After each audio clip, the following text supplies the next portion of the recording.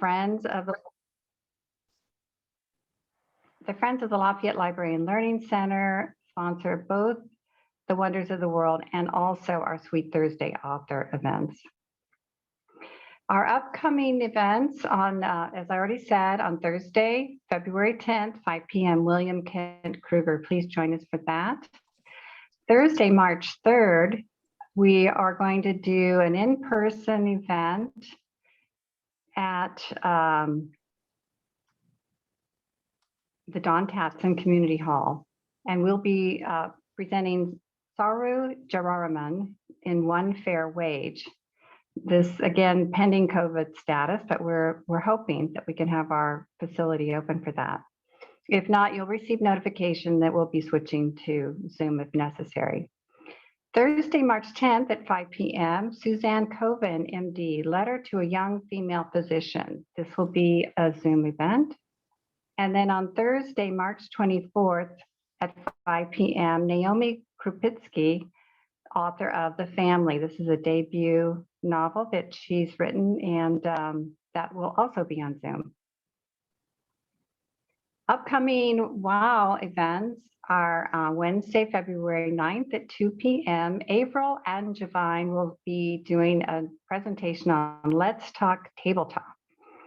Wednesday, March 9th at 2 p.m., Gabriel Seltz, Light on Fire, The Art and Life of Sam Francis.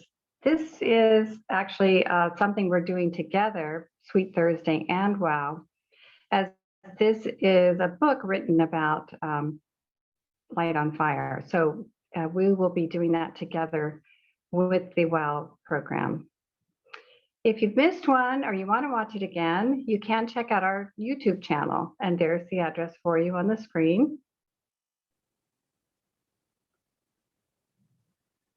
The Lafayette Library and Learning Center Foundation sends out weekly mailings, and if you would like information about what is upcoming, not just at our events, but also the library events, please subscribe to AdLib, and you can see the information that's needed there.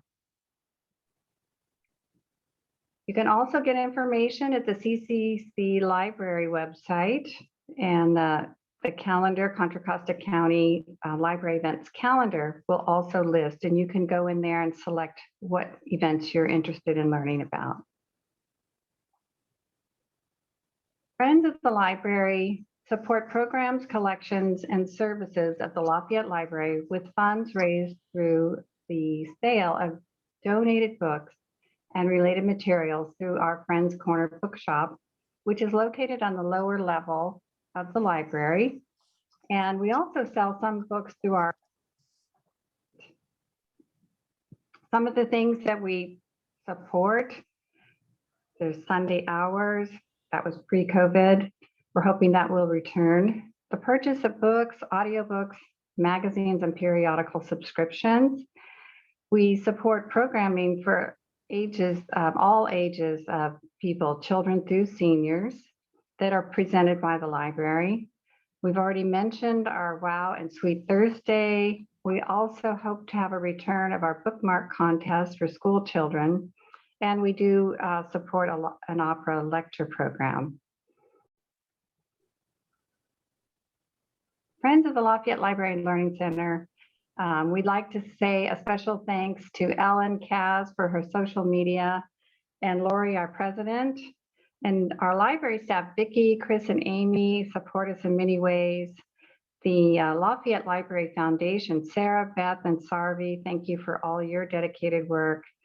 Our Sweet Thursday committee is composed of myself, Robin, and Jeff Deeden.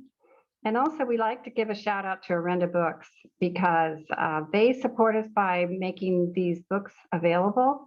And they also present material on what we have coming to our Sweet Thursday programs. You can follow us on social media at Instagram and Facebook.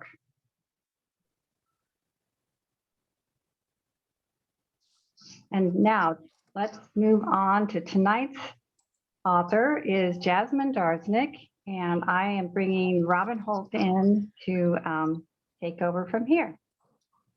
And again, thank you for joining us. So good evening, people. We're in for a wonderful evening with Jasmin talking about her books, The Bohemians. Jasmin was born in Iran and moved to the United States when she was 5 years old. She has published 3 books that I know of. Her first is called The Song of a Captive Bird, and it's about Iran's most well-known female poet. Her second book is called The Good Daughter, a memoir of my mother's hidden life. Very intriguing story and title. And now The Bohemians. The Bohemians is sort of a love story to San Francisco, as told through the eyes of really 2 women, one being Dorothea Lange, the famous photographer, but this starts when she's just starting out in her career, so she's not yet famous. And the story is about her friendship with a Chinese American woman with a very interesting background. But it's about their life in the Bohemian community of San Francisco. And again, it's really a love story to San Francisco too, because you'll love reading all the places and names and historic buildings and the wonderful cast of colorful characters. So Jasmin has a master's in fine arts fiction writing from Bennington College. She has a law degree from Hastings College of the Law in San Francisco, part of the UC system. And she has a PhD in fiction from Princeton. She teaches English and creative writing at the California College of the Arts. And she also is a busy author. So now I will turn it over to Jasmin and let her set the scene for you of this colorful time in San Francisco when the Bohemians takes place. All right, Jasmin. Thank you so much. So I am still seeing Robin's screen. Robin, can you let me know if you can see me? Yes. Okay, fantastic. All right, good evening, everybody. I so wish that I were with you in person. Let's just say next time. But for tonight, we've got a lot to talk about. We're gonna spend some time in conversation and I'll take questions at the end if you have some. We thought it would be fun to look at some photographs that inspired the novel that I used in creating this love letter. It really is a love letter. Bohemians is a love letter to San Francisco, and especially to San Francisco in the 1920s. And part of the great pleasure of writing the book was researching. The book is in part a story of Dorothea Lange's life, so a young Dorothea Lange, and in writing it, I got to know not just her work and her life, but also the story of San Francisco, much beloved to me, and I think a lot of you out there. And so I'm going to show you some photographs of the real places and the real people featured in the novel. If you'll bear with me for a second, I'm going to pop over to my presentation for the evening. Let's see.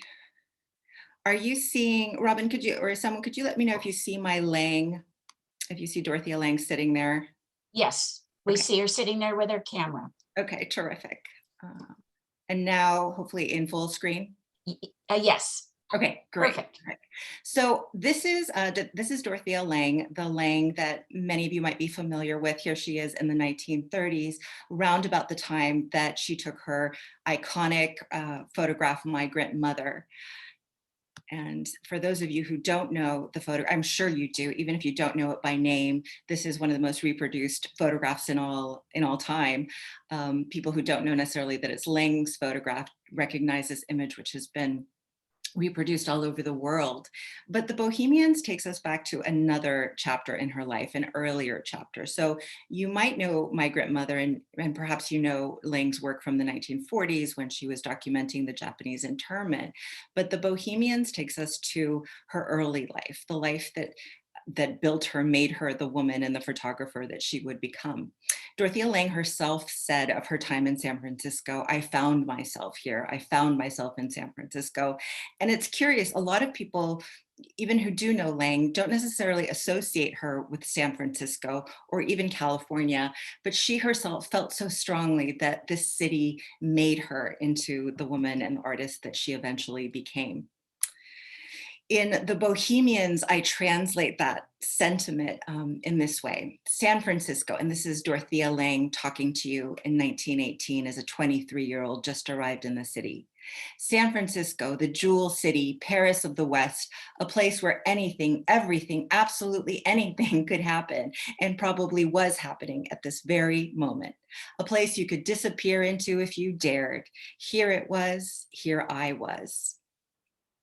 The novel puts us in the company of this young Lange, this young woman named Dorothea Nutzhorn. When she gets to San Francisco, she actually drops Nutzhorn, which is the name that she had gone by, and adopts her mother's name, Lange. And I think that just that one gesture tells you a lot about the possibility she felt in becoming a different or a new version of herself when she traveled from New Jersey, which was her home. She'd been born in Hoboken, New Jersey, and came to San Francisco in 1918. This is Lange with her camera round about that time when she's newly arrived to San Francisco. Lange, just very briefly, was born in Hoboken. She was of German-American ancestry and was really from a working class background. She did not have the opportunity to study at university. She cobbled together apprenticeships for herself and had been working in Manhattan as an assistant in a few portrait studios in the city. And she gets restless, as young women, as young people do. And in 1918, she decides that she wants to see the world. Little problem, which is that the war is on, World War I is on, and America's just entered the war. She can't go to Paris, which is usually where all the artsy folk go. So she decides to come out west. She didn't want to stay in San Francisco. She meant actually to travel down to Mexico and then go to Hawaii. But what happens to her, and this is what launches the novel too, is that she's robbed the very first day that she gets here. So this is the Ferry Building, the first chapter of the book. You can watch this now. Sorry, I think I'm sorry, if you could mute yourselves, my co-participants.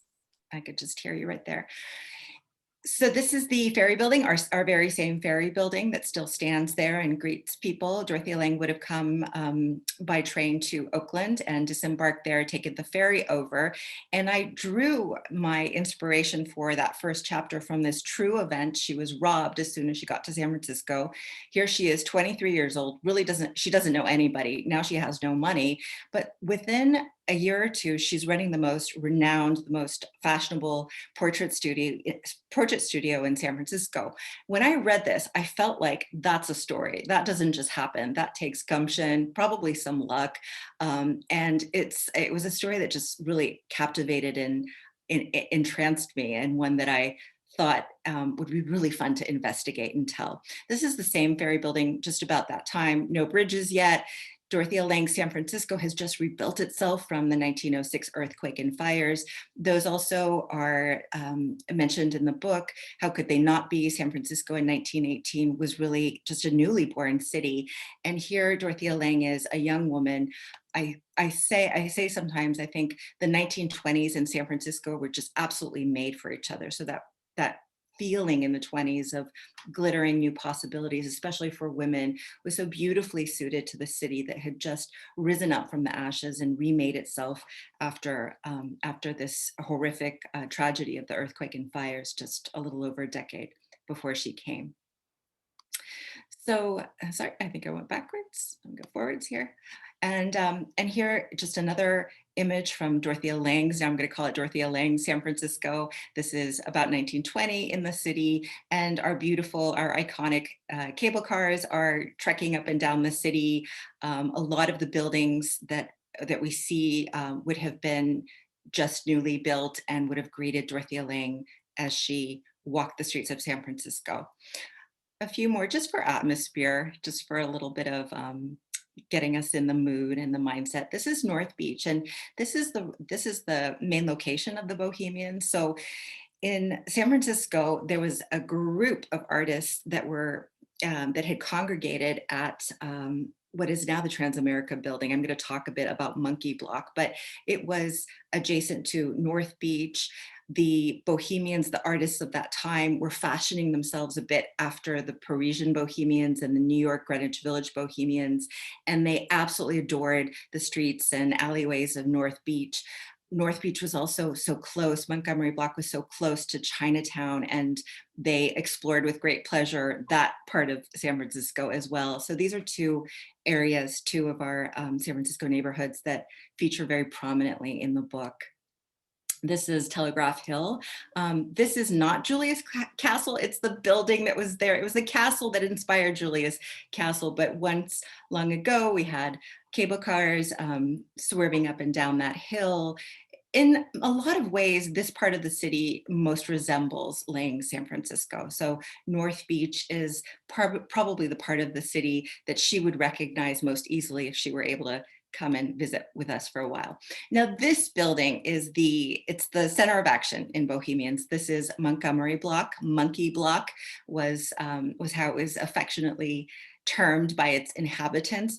This stood where the Transamerica pyramid is now. And the discovery for me of this building, when I first learned about this building, I was totally enchanted and honestly really surprised that such a place had ever existed in San Francisco. It wasn't built for artists and bohemian types, but after a while, when the more fashionable buildings sprung up on Market Street, this building became a little run down and the rents went down. And so what happened was that the artists just came flocking in, and the artists loved these tall buildings here. And they loved, of course, the cheap rents. They loved the proximity to North Beach. They loved the adjacent streets of Chinatown as well. And it is a part of San Francisco history that even San Franciscans 3 and 4 generations past don't necessarily know about. This building was destroyed in the 50s. In writing The Bohemians, I was able to, in a sense, bring it back to life and populate it with characters. And here are a few characters. These are some of the Bohemians who congregated in Montgomery Block and in Copa's, which was an Italian sort of like a dive in this part of the city, from the late 1800s up and through the 20s and 30s. Something really interesting about this picture, and it becomes part of the book, is the way that men and women were conversing. This was not necessarily done yet in the 1920s. San Francisco was, and still is, I think you could say, a freedom-loving space. And you can just imagine that for a young woman, it would have been intoxicating to happen into this crowd and begin to find herself in her identity, as Dorothea Lange did. These are just some murals from Copa's. These poor artists, these impoverished artists, would sometimes, in exchange for their meals, they would paint murals, or they would create art in Copa's. So Copa's, unfortunately, it was destroyed, but as long as it stood and as long as the Bohemians crowded it, there were these, really fantastic paintings all around the walls, and an all around really boisterous and lively atmosphere here. This is the catalog, this is the brochure to Dorothea Lange's studio. So Dorothea Lange's first studio, the one I was telling you she had built up, having come here in 1918 and having been robbed, somehow she manages to pull herself up. That's the story of the novel, really, is how she manages to do that. And she opens up this extraordinary portrait studio. Now, I think for a lot of people, this can be really jarring almost, because we think of Lange as really a photographer of the people. She was a photographer of the people, but she started as a portrait photographer who catered in San Francisco to the creme de la creme of society. So this was a brochure that would have been sent around to the wealthier denizens of the city, and inviting them into this studio that she had created very close to Union Square. The building still stands, by the way. I was enraptured by descriptions of Lange's studio at 540 Sutter Street. There was a mention of a samovar, which is a kind of, how should I say, you make tea with this. I'm Middle Eastern, we have this in Iran, they're prevalent in throughout the Middle East and in Russia. And this one detail was so tantalizing for me. It really, to me, suggested this, this really, how should I say, magical atmosphere that she created in this studio. She bedecked it with a velvet couch and the samovar and all kinds of lovely kind of brocade fabrics and so forth, all the better to invite her sitters to relax and to really surrender themselves to this experience of having their portrait taken. I'm going to just go really quickly through. These are some of the early portraits that Dorothea Lange took when she came to San Francisco. I don't know these folks by name, but they would have been very wealthy San Franciscans of the time. Her clients were the Levi Strausses, the de Youngs. It was sort of that milieu that came to Lange's studio at 540 Sutter Street. She also photographed some of her artistic friends. This is an actress friend of Dorothea Lange's. This is Dorothea Lange herself. It's very misty, it seems like, just the way the light is hitting her, but there she is holding her camera, and this photograph is taken at 540 Sutter Street. So this is my Lange. This is the young Lange who is just finding herself. And one of the characters, the main characters in the novel, so Bohemians, plural, there is a whole collection of them, but one of the characters who becomes very important to Lange is the painter Maynard Dixon, whom she marries in 1920, so just a few years after arriving. He is a very colorful character. He was an extraordinary painter of the American West. If you don't know his paintings, I highly recommend looking them up. There was a 20-year age difference between these two. Dorothea Lange just fell they really did. They fell deeply for each other. But through Maynard Dixon, Dorothea Lange gains entree into this artistic circle. So, and it just a period, such a formative period for her, this love affair with Maynard Dixon. And here he is, really, he was such a character. He'd walk through San Francisco in 10-gallon hats and, Stetson boots, and he had this sort of whole cowboy getup that made him very distinctive as he walked around Montgomery Block. This is actually one of Maynard Dixon's paintings. I told you they were really extraordinary. They are. This was his studio. This is Maynard Dixon's studio. This is Dorothea Lange's photograph of his studio that she took in the 30s. And this is now part of the corner of the city. If you know Jackson Square, it's still standing. And just right across the street, that's where Montgomery Block would have been. So this is just a block away from this bohemian beating heart of the city. I would like to introduce you quickly to some of the photographers who are featured. This is actually a photograph taken by Dorothea Lange's mentor, Arnold Gente.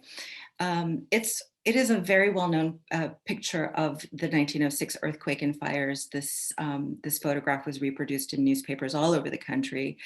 The reason I'm showing it to you is that as cataclysmic and honestly traumatic as the 1906 earthquake and fires were, in some ways they created the opportunities that opened the door for Lange and her cohort of women photographers. There wasn't an establishment. There wasn't the old guard that existed in New York. In San Francisco, there had been some more established photographers, but after the earthquake and fires, that community is dispersed, and that creates an opportunity for women photographers to come in and build up their portrait studios and their artistic practices. Lange, when she comes, doesn't know, but she's about to fall into the company of women like Imogen Cunningham. Here she is, a real renegade, and a dear friend, lifelong best friend of Dorothea Lange, who is a character in the novel. This is Imogen Cunningham's portrait of Frida Kahlo, who makes a cameo in Bohemians. This is another woman who just floored Dorothea Lange with her guts and daring. Her name was Consuelo Canaga, and she was a reporter, one of the first photojournalists. She worked for the Chronicle and the Examiner, and in the novel, she's one of my favorite characters in the novel. She is bold and daring, and just I think so much of the novel is enlivened by her presence. This is a photograph Consuelo Kanaga took. Kanaga is less known than Lange or Imogen Cunningham, but something that's so interesting is Kanaga, years before Dorothea Lange was taking her pictures of the Japanese internment, Consuelo Kanaga was deeply invested in documenting the lives of African Americans. So interesting that the company that Dorothea Lange takes, these are women who are, they have terrific active art practices, and they're also deeply committed to social justice issues. So some of what we think of the signatures of Lange were signatures of the women whose company she kept in San Francisco. Now, the one character that I couldn't find much about in Lange's biography, there's a brief mention of Lange's assistant. So when Lange opened that portrait studio at 540 Sutter Street, she worked shoulder to shoulder with a Chinese American assistant who's often not named. And though it's a very, very brief, maybe a paragraph or two in Lange's biography by Linda Gordon, which I'd say was my main source on Lange's life, I was so curious and fascinated by what this collaboration, what this union between these two women might have looked like. They would have been coming from very different worlds, and yet somehow they found each other and were able to build up this very successful business together. And so in fashioning her, the character that becomes Caroline Lee, Dorothea Lange's best friend in the Bohemians, I did a lot of research into San Francisco history, into the history of Chinatown. I had a few clues, just a few. Let me just take a moment, a few more images of Chinatown in Lange's day. Oh, I managed to go backward. Yep, and a few more shots of Chinatown. All right, so the San Francisco of Dorothea Lange's day, it was, like I said, probably no city was as beautifully suited to the 1920s as San Francisco. It was a place of such energy and vitality, but it was also a segregated city. It was a city in which the Chinese and Chinese American citizens were confined to what is now Chinatown still.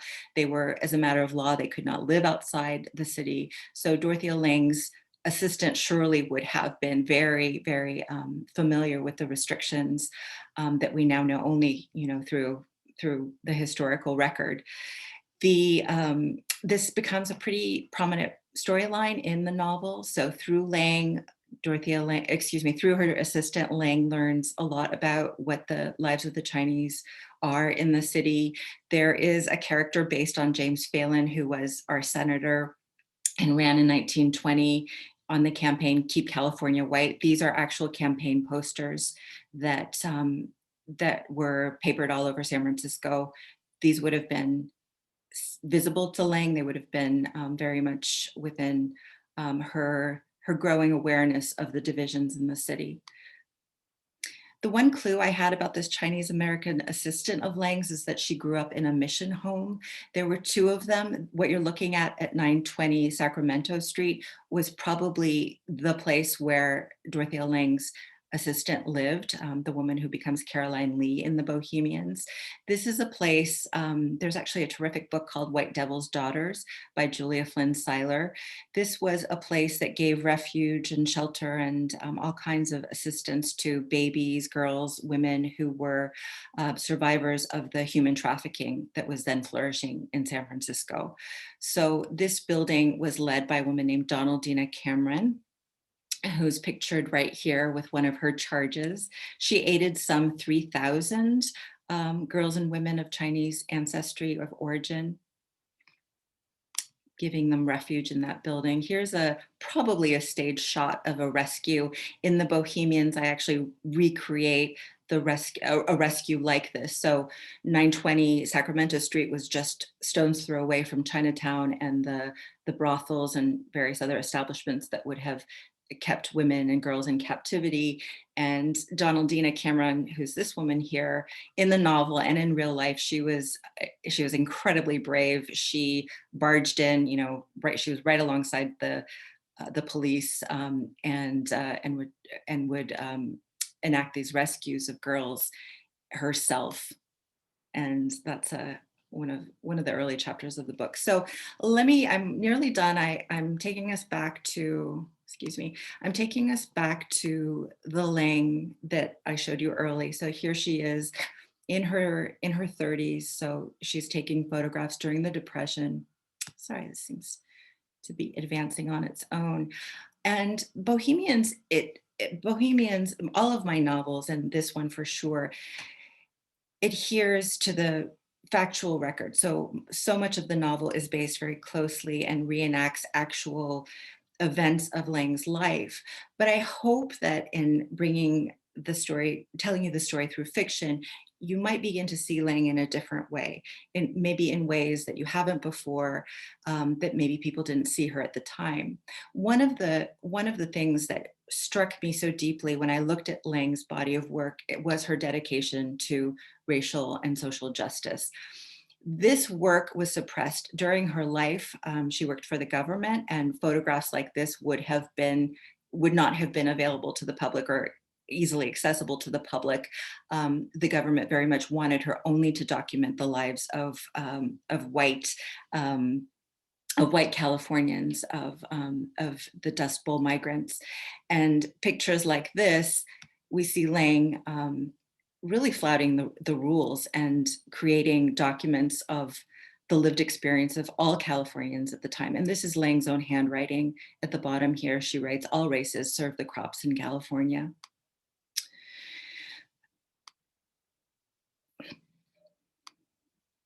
Another of Lange's photographs, also taken during the Depression. She traveled to the American South, took many portraits of African Americans. This is another body of work that was suppressed for 50 years. Lange took pictures of people who were forcibly removed from their homes in California and throughout the West and put in concentration camps, detention facilities all over the country. So the Japanese internment. For 50 years, these photographs weren't seen. And I show them to you because it seems to me altogether conceivable that a young Lange who lands in San Francisco in 1918, lives through the era in which the Chinese were segregated. I believe strongly that her sensibility, that her sense of racial justice would have been sharpened as a young woman. And the telling of this story and the inclusion of her assistant were a way of helping you understand why it meant so much to her, why these images became such a vital part of how she recast herself as a documentary photographer. She came to know California at this moment in history in which we were very much divided. This is another photograph from her Japanese internment series, and another shot from that era. And here is Lange, a young Lange, kind of candid shots. There aren't actually all that many pictures of her. I don't think she liked having her picture taken all that much, but here she is as a young woman. And before I break out of this mode, I just wanted to let you know that I created a kind of guide. It's about 40 pages of backstory. So if you like these kind of photographs or want to know, you want to read more backstories about the Bohemian San Francisco of Dorothea Lange, you can go to my website and collect this. It's free. And should you have problems, just write to me and I'll make sure that you get yourself a copy of that.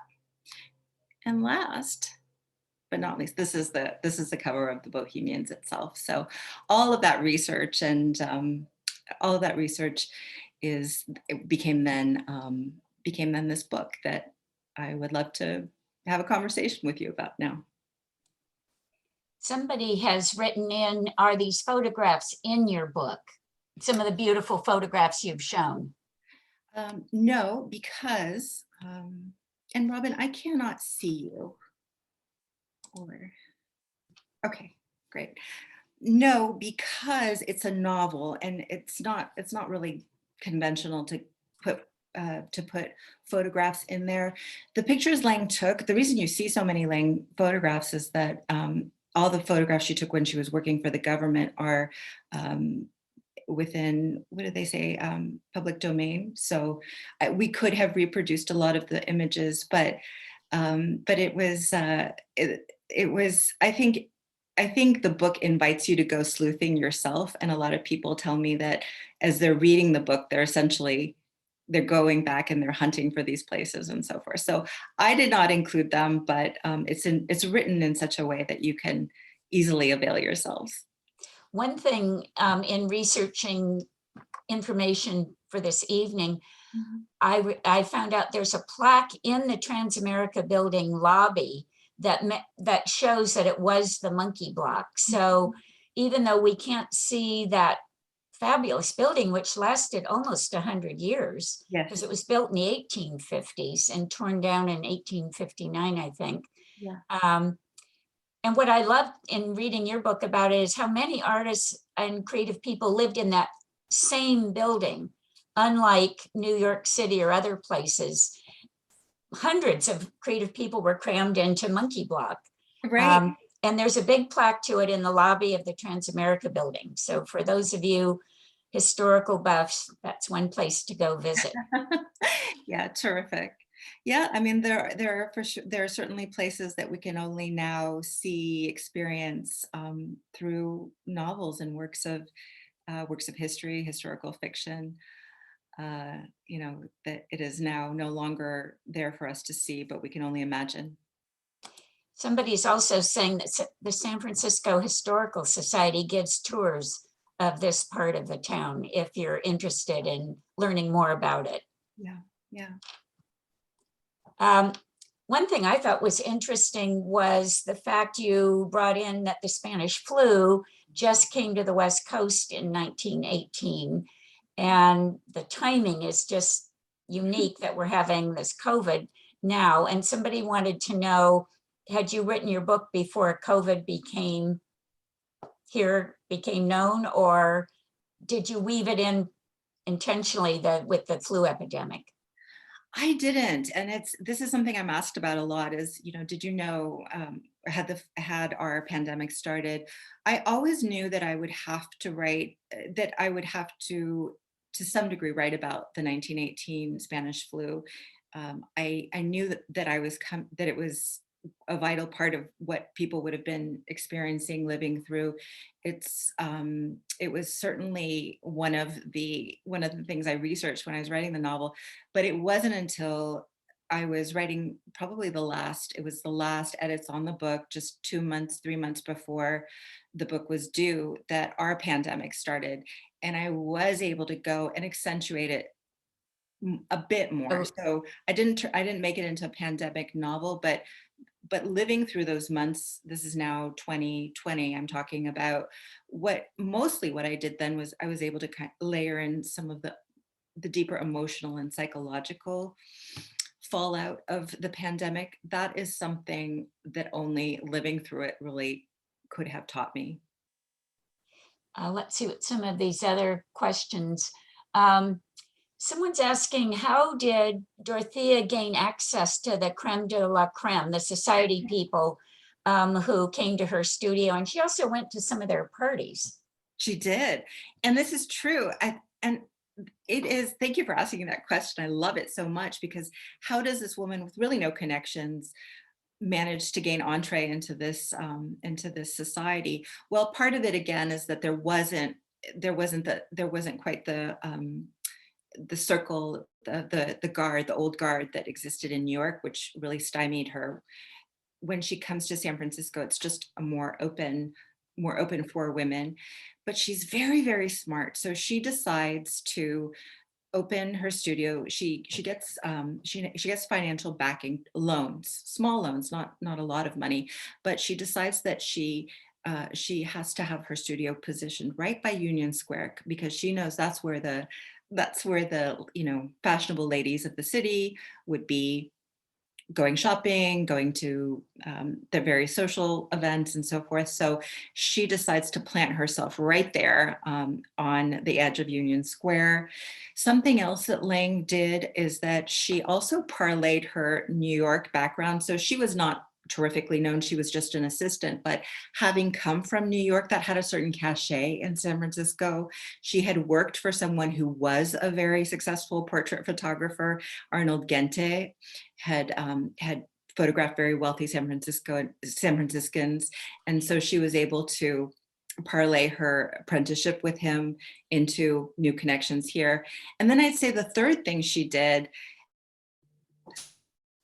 so very clever, is that she made, so there were a lot didn't necessarily want to go down to Sutter Street. They felt much more comfortable at home, and so she would go visit the homes of these ladies, and that was a practice that then, when she entered the homes, very often then someone in the family, a sister or a cousin, might be there, and then she built her network up by having these intimate associations in people's homes. I love, there's a part in the book where she gets her first financing by convincing a man with some money that you wouldn't feel comfortable with a strange man going into your home to photograph your wife and daughter, but you wouldn't mind a woman. And I thought that was wonderful, the way you portrayed that. Yeah, she was very smart. She was a very astute businesswoman. Lange was. She was very savvy. Somebody is saying, in your book, the language feels very contemporary and comfortable. Was this reflective of the way people spoke at the time, or did you use this to make the story more accessible? I would say when you're writing historical fiction, some of the maneuvers that might seem to authenticate the story, such as giving a kind of a more old-fashioned idiom to people, so writing dialogue in a way that's maybe more elevated, it actually can be very distracting. And so I tend not to accentuate those kind of differences. The language is more pared down so that it doesn't break the spell of the story, for example. And I really don't want you to be aware of I want you to fall into the story. I want the language to be as transparent, a vehicle really for transporting you in, and really fussy language, for example, or fussy descriptions would break the spell. There's also a really big part of the book, the story that we're not discussing, but the big event that happens in Dorothea's life and in her relationship with her dear friend, that's very integral to the story. And so don't think, those of you listening who haven't read the book, that we're giving it all away. There's a whole story that develops that's very heartbreaking and heart-rendering and wonderful. So just want you to know that. I'd like to say something about that, and that's that I have a very firm conviction that when you're writing historical fiction, you should tell a story that history can't tell. So tell a story that a biography, for example, can't tell. Within reason, I don't go completely crazy. I do build out from the historical record, but there is a terrific biography of Lange. I want you to feel when you're reading my book that you recognize the Lange of Linda Gordon's biography, but that you can plunge deeper into certain interludes in her life, moments that, like I say, that assistant in the Linda Gordon biography just takes up a paragraph. She's 250 pages of the novel. Someone else has written in, do you mention other Bohemians in your book? Some of the other well-known artists and writers, and yes, you do, but why don't you mention that? I'm actually looking at the musicians and the painters. So the musicians, I don't think I have any musicians, but I certainly have painters. Maynard Dixon, the main one, who was Lange's first husband. He is a character in the novel. Some of his friends pop up there. The difficulty really is there were so many. I don't think there was a city in the US that had as many characters as San Francisco did in the 1920s. So it was difficult to get them in. I feel especially proud that I got the women Bohemians in there. So women like Imogen Cunningham, women like Consuelo Kanaga.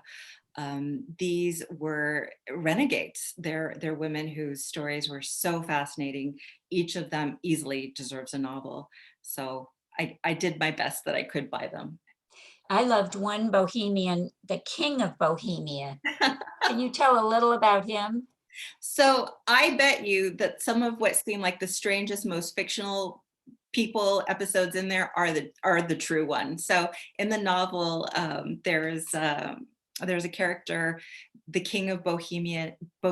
He was his real name was Sedekichi Hartman. He was a photographer, art critic, and he washed up in San Francisco and held these salons up in an abandoned mansion. If you can even imagine that once in Pacific Heights, there were abandoned mansions, and he would bring together the bohemian kind of demi-monde of San Francisco and the very wealthy San Franciscans who were hungry for culture and avant-garde art experiences. A lot of these kind of stories are in that Guide to Bohemian San Francisco I was mentioning, or if you go to my website, there are portraits of all of these characters, including the King of Bohemia. Oh, good. Somebody else wanted to know if you used the archive at the Oakland Museum for the photographs. I was able to use them until the pandemic hit. We are very fortunate that even before the pandemic, the Oakland Museum of California has digitized a great number of Lange's photographs. So you can go even right now, tonight, later, if you like, and they've beautifully curated Lange's work from the beginning of her career up to the end. I don't know if they're open now, but there were periods when it was closed and I wasn't able to access, but I had visited before the pandemic. And someone else wanted to know if you could talk a little more about Dory's relationship with Maynard Dixon. Okay, Dory's relationship with Maynard Dixon. Dorothea Lange's husband, Maynard Dixon, like you said, when she came to San Francisco, she was an unknown. She was just a young woman, wasn't even thinking of herself as an artist. Maynard Dixon was a very well-established artist. He had been a member of the Bohemian Club, so an earlier generation of San Francisco bon vivants, and he was to her. He would have seemed like a magisterial presence, I think, to Dorothea Lange. Lange's marriage to Maynard Dixon did not last. In the Bohemians, you watch them fall in love, you watch them live together for a time, and you also watch them break up. But I'd say this, that if you look at a picture of Lange from the time she marries Dixon, so at 1920, to the end of her life in the 60s, you'll see Dorothea Lange is always wearing these bracelets, these silver bracelets. Those are bracelets that Maynard Dixon gave her when they were newly wedded. And even though they divorced, they both remarried. They married. Lange was very happily married to Paul Taylor for several decades, but I think it speaks to how he transformed her life. There's that love, that first love in your 20s. Maynard Dixon was that. And not just that he opened a world of romance to her, but that he was also the beginning of seeing herself as an artist. And I think that's part of what the bracelets say. One thing we haven't discussed, I don't think, is that she had a pronounced limp from polio as a child. Mm-hmm. And it seemed to me, in the book at least, she wasn't expecting a handsome, dashing 20-year-older man like Maynard Dixon to seek her out at a party or to want to get to know her. And I think she was sort of overwhelmed that this well-known man was interested in a young girl, not particularly beautiful, with a limp. Mm-hmm. I think she was self-conscious of that limp. She was not without charm. I think she was a really striking young woman, but I think even more than his appearance, just his place in San Francisco in that art world would have been somewhat daunting, but also very attractive to her. Yeah. Yeah. Someone's asking what happened with her two sons and when she traveled around the United States photographing in later years. Were her boys with her or what? Do we know? This is really complicated, and the novel does not. The novel ends just at before she, Right. just as she's becoming a mother and entering that chapter of her life. long story short is that she often had to leave the children behind. Dorothea Lange supported the whole family. So she was supporting Maynard Dixon as well. As I understand it, I think the sons were particularly resentful of their mother. So even though it was actually their father who was often gone for long periods of time, they did grow up with a certain resentment toward their mother. When Lange takes Migrant Mother in 1936, she's been on the road away from her sons for several weeks. And the picture you see, I think, is a self-portrait to some extent. The anguish of that mother who feels so overwhelmed is a certain self-portrait of Lange herself. Several people have asked about Ansel Adams in the book. Yeah. Did he really get the Spanish flu and all of that? He really got the Spanish flu. And this is one of those details, you might come across this in a biography, but until you live through a pandemic, it really explains so much. And Ansel Adams himself did write about how that changed the course of his life.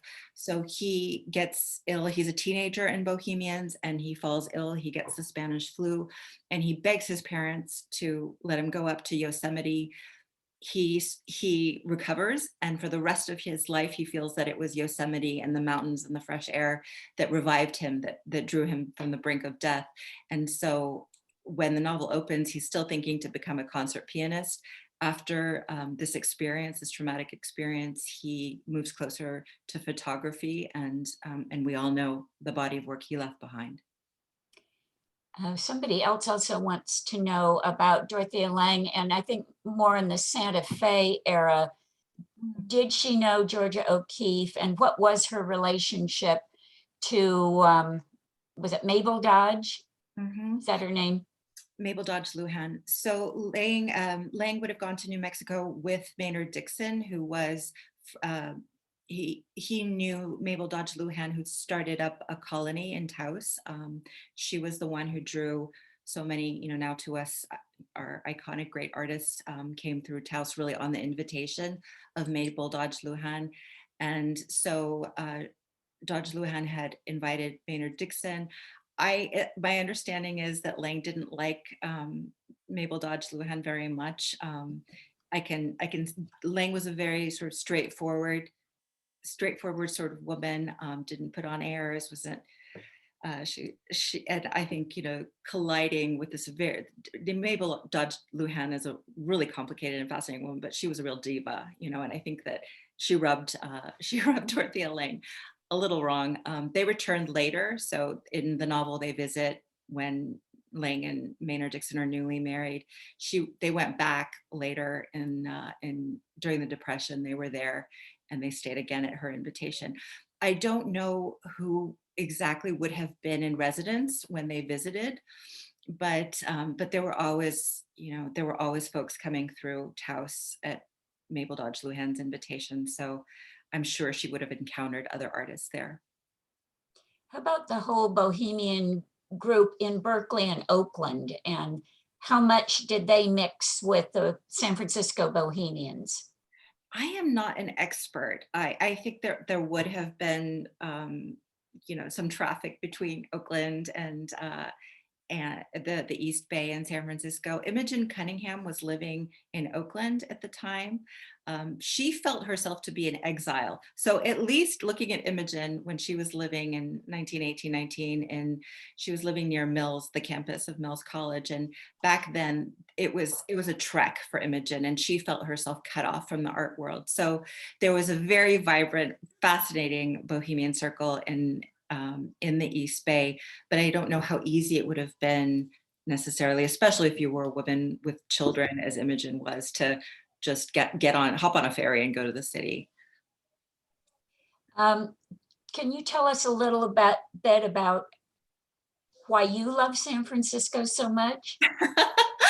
I love that. I think we choose, as writers, to write about what we love, and in writing about Dorothea Lange, I was able to write about a place that has been so important to me, but also to my family. So I I immigrated with my family in 1979. San Francisco was as far as you could get from the Islamic Republic of Iran without falling off the face of the earth, I think. San Francisco is such a beacon of freedom, and my parents were, had never been to America, but they oriented themselves to San Francisco, and I feel so grateful to have grown up in the Bay Area. I didn't grow up in the city. I grew up in Marin County, but to me, San Francisco is the city with a capital T, capital C.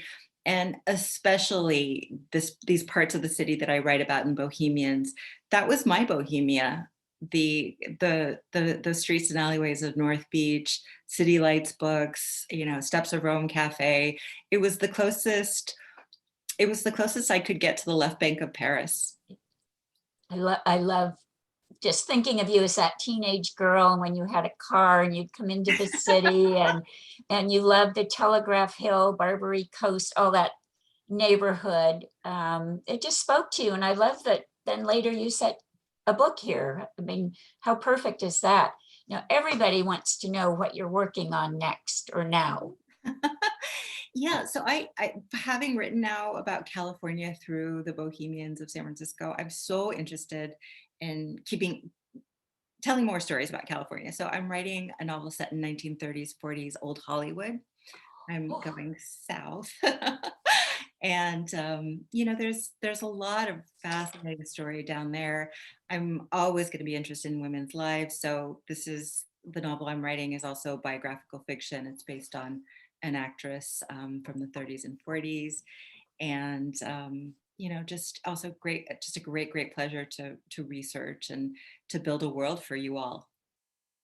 So do your students, do you talk in your creative writing classes about what you write and how you approach a writing project?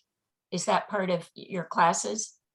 It's definitely, that's not the focus of my classes, but if ever something that we're talking about relates back, if I have some practical experience craft-wise, I'll mention it from time to time. But you wouldn't believe, I have a lot of students who never read my work. Or they read about it later. They'll read my work maybe later, and it's funny. They'll kind of circle back and they'll say, "Oh, now I know what you were trying to teach me." They'll read my novel or a novel of mine or a memoir, and they'll understand some of the lessons I was trying to impart.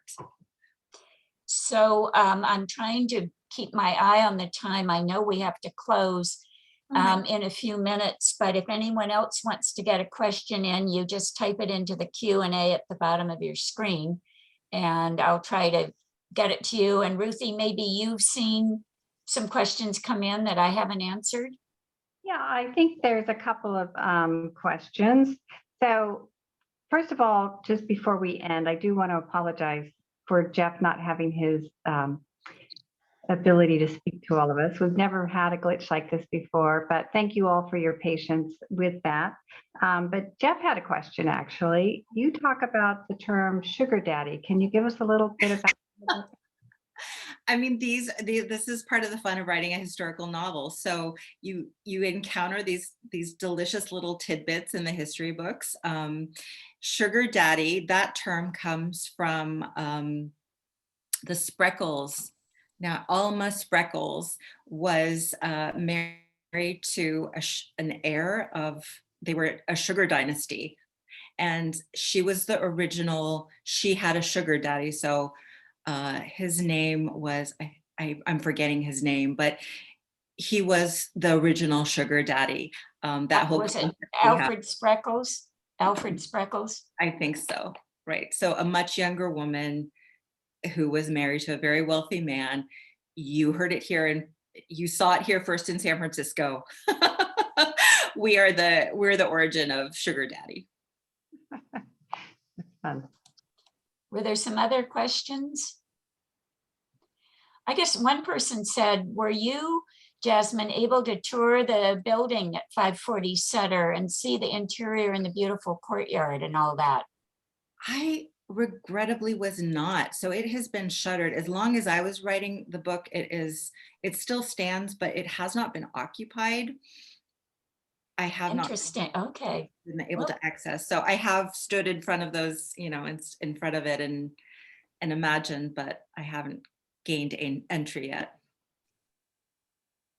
Well, we loved having you, Jasmin, and I think if you love San Francisco and you haven't read this book, you must, because as Jasmin says, Dorothea Lange had an interesting view of the human condition and portrayed it beautifully in her photographs. And there's so much social commentary in what she photographed and so much to learn from that. And then on top of it, it's a very engaging story about the relationship of particularly these two women, but of Dorothea with all the Bohemians and learning about that colorful group of people. And then again, it is a love story to San Francisco. There's no doubt about it. You just will want to get right over in the city and start poking around and looking up and looking down and imagining all those Bohemians and the monkey block and all of that. So we thank you and we look forward to your upcoming book. Thank you. Thank you so much. It's been really nice to be with you. Good. Well, we loved having you. So thank you, everybody, for coming. And I hope you took note of all the upcoming programs that the Friends put on, and you get our newsletters that keep you updated. But thank you again, Jasmin, Ruthie, Jeff, and all of you viewers watching us. Bye, everyone. Bye-bye. Okay.